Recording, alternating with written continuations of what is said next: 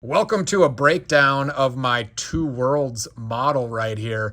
This was all inspired by a couple of really fun sea animals that I have, and we'll talk about those in a minute.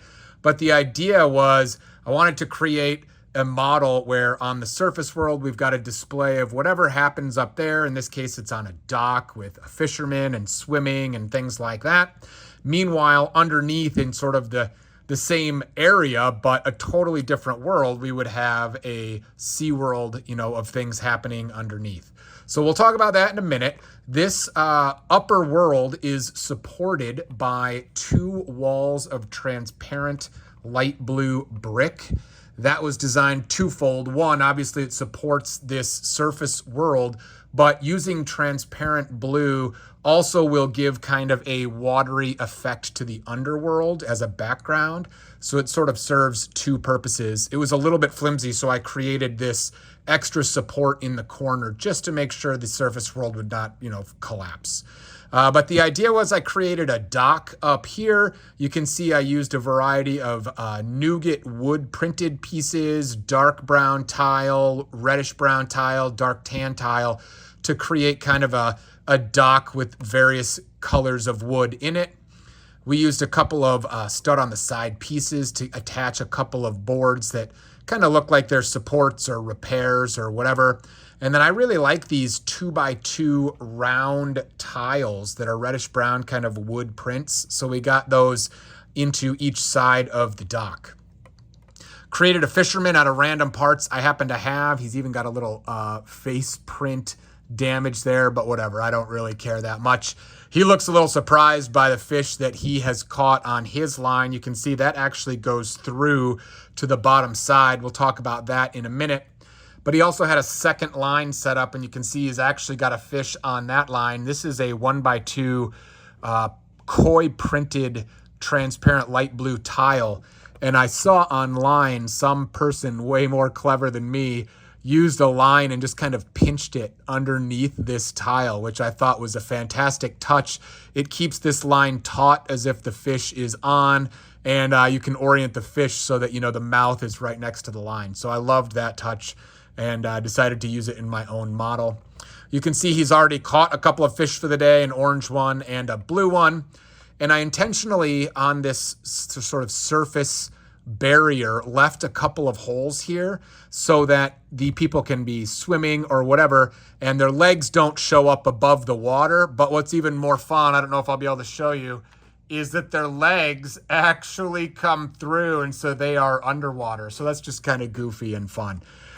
This is basically two layers of plate that overlap each other to create most of a 16 by 16 plate, but obviously I needed the holes in it, so I couldn't just use a standard plate. Underneath this transparent 1x1 tile, the second level of plate is actually one of the plates that's a Technic plate that has holes in it.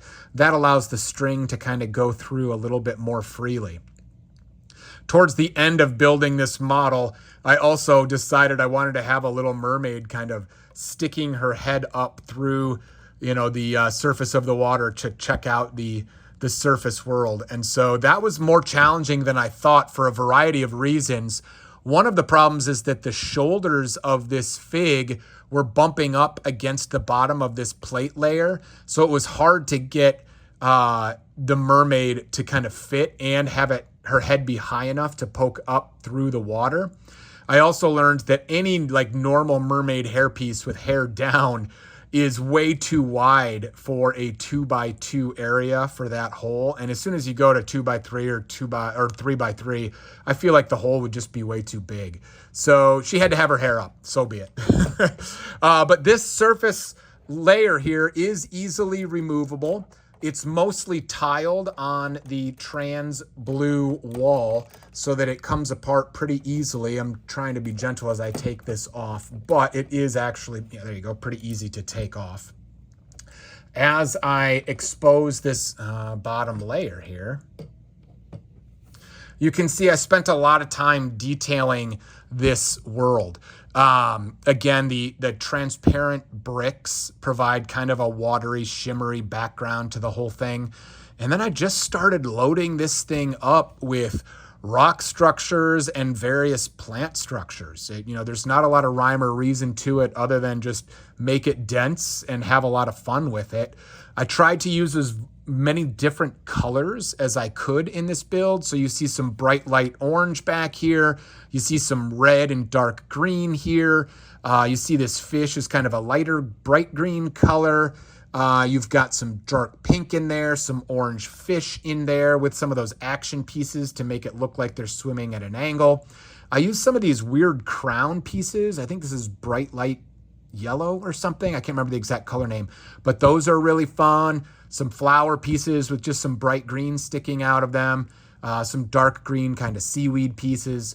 So that's what's providing sort of all of the, plant life along the surface or the bottom of this water. And then the main three animals that I decided to use to really sort of inspire this bottom build was this giant silver fish. I don't remember if I don't think it's Duplo. Maybe it's Fabuland or something, but it's really big. It's like a giant fish, way longer than, like a minifigure, but it's goofy and fun, I think. And then this angler fish over here has, lime green eyes and teeth. That thing is really fun. And I learned through building this model that this thing actually glows in the dark. I did not know that at the time that I selected it for the model. So I actually have it hiding way back here in kind of a rock cave structure, and was pleasantly surprised to learn that thing actually glows in the dark. And then I've owned this blue, kind of light blue octopus for a very long time. If you guys have never seen this before or didn't know it exists, it is authentic Lego. I think it maybe only came in one set ever, and it glows in the dark. It's bonkers expensive. I think it's way over $100 now for just this octopus. I randomly found one in a haul a long time ago and just loved it so much there was no way I could sell it. So it's been sitting on my minifig wall for a long time, but I decided this was the perfect model to put it in.